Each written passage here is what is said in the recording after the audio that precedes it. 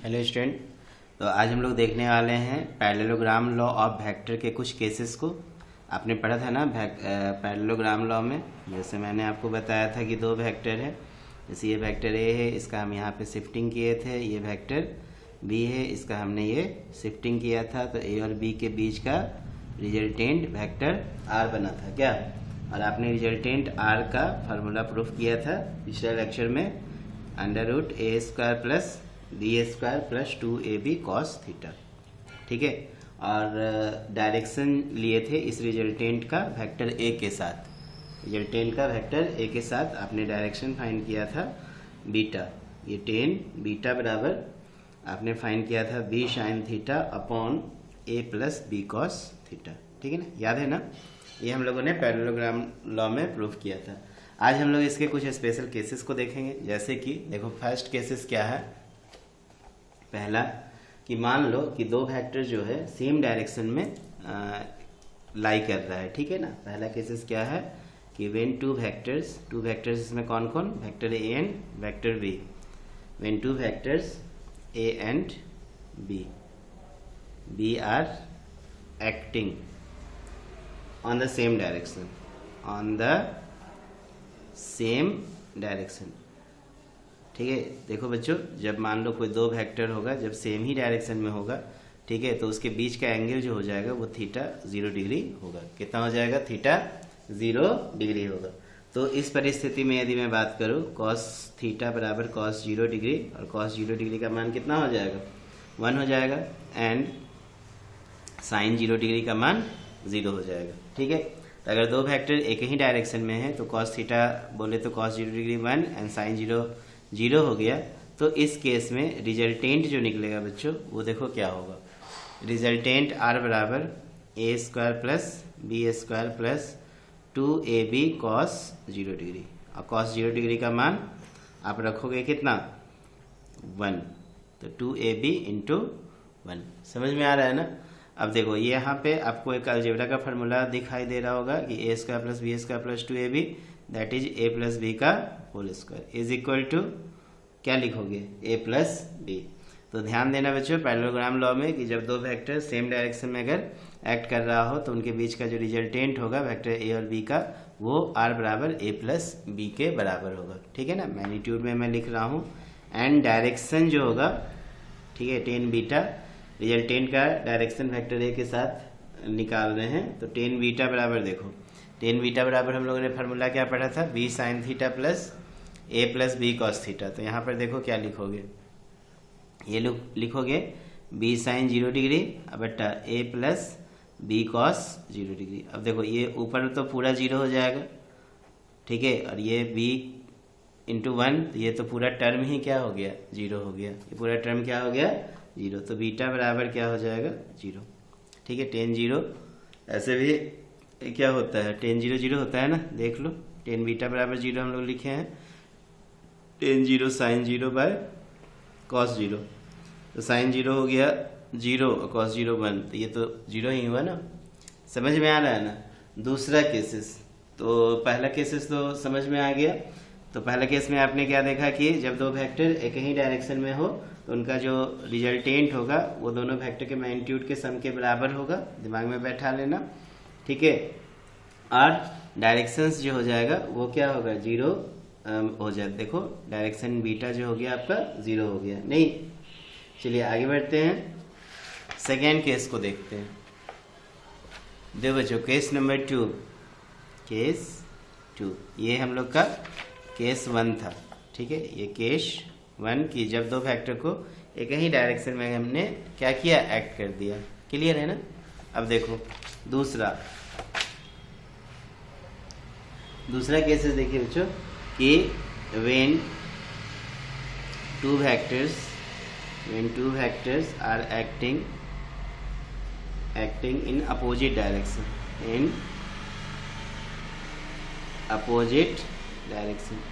देखो बच्चों, यदि अपोजिट डायरेक्शन में होगा तो उसके लिए थीटा का वैल्यू जो हो जाएगा 180 डिग्री होगा। देखो, एक वेक्टर इधर जाएगा तो दूसरा वेक्टर इधर आ जाएगा। मान लो ये वेक्टर ए है और ये वेक्टर बी है, तो इनके बीच का जो एंगल होगा वो कितना हो जाएगा, 180 डिग्री होगा। तो देखो इस परिस्थिति में आप cos 180 डिग्री निकालोगे तो कितना होगा, cos 90 प्लस 90 लिख सकते हो, और सेकेंड क्वाड्रेंट में cos निगेटिव होता है तो cos 90 प्लस 90 माइनस sin 90, और sin 90 1 होता है तो ये हो जाएगा -1, एंड sin 180 हो जाएगा बच्चों sin 90 प्लस 90, ठीक है। और सेकेंड क्वाड्रेंट में sin पॉजिटिव होता है तो sin 90 प्लस थीटा हो जाएगा cos थीटा, तो cos 90 और cos 90 0 हो जाता है। समझ में आ रहा है ना।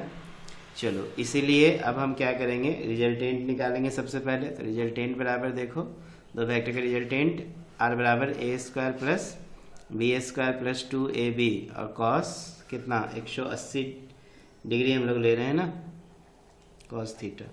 तो cos 180 डिग्री का देखो वैल्यू कितना आया है -1, तो हम लोग इसको लिखेंगे a square plus B square, और ये 2ab इंटू cos 180 -1 हो जाएगा। समझ में आ रहा है ना। cos 180 कितना हो जाएगा -1। थोड़ा मोड़ा अगल बगल का डिस्टरबेंस है तो उसको आप इग्नोर करेंगे, अपना पूरा ध्यान जो है रखेंगे पढ़ाई पे, ठीक है।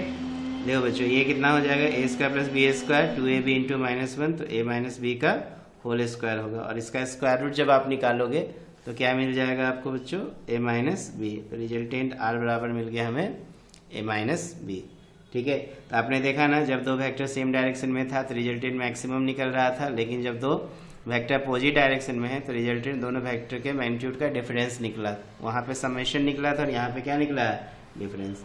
एंड टेन बीटा जो हो जाएगा बच्चों, टेन बीटा, ये डायरेक्शन जब हम लोग निकालेंगे तो क्या लिखोगे, b साइन थीटा, तो b इंटू साइन 180 डिग्री, ठीक है ना, बट्टा a plus B cos theta था ना, तो a plus B cos 180 degree, ठीक है। देख लो यही हम लोगों ने फार्मूला लिखा था, टेन बीटा बराबर b sine theta upon a plus B cos theta.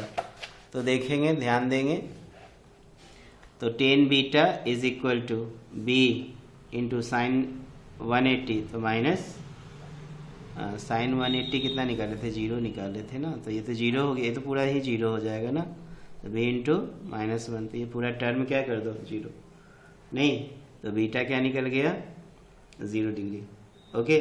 तो ध्यान देंगे टेन बीटा बराबर देखो, टेन 0 का मान 0 होता है, एक चीज़ और याद रखना, टेन बीटा बराबर टेन 180 का भी मान 0 ही होता है। तो बीटा आपको दो कंडीशन निकल गया, बीटा या तो 0 डिग्री हो जाएगा, ठीक है ना, या बीटा कितना हो जाएगा 180 डिग्री हो जाएगा। समझ में आ रहा है ना। तो आपने देखा ना कि जब दो वेक्टर का सेम डायरेक्शन था तो हम लोग वहाँ पे लिए थे रिजल्टेंट पॉजिटिव हुआ था a प्लस बी, और वहाँ पे भी डायरेक्शन 0 हो गया था, ठीक है। और यहाँ पर भी देखो बीटा आपको क्या मिल रहा है, 0 ही मिल रहा है, ठीक है, कोई कन्फ्यूजन नहीं। चलिए अब हम लोग थर्ड केस देखते हैं, केस नंबर 3। कभी कभी ये क्वेश्चन आता है पैरेललोग्राम लॉ का केस, तो ध्यान देना, यहाँ पर कुछ नहीं करना है, बस एंगल आपको पुट करते चला जाना है रिजल्टेंट और डायरेक्शन में। तो थर्ड केस क्या है बच्चों, when two vectors act at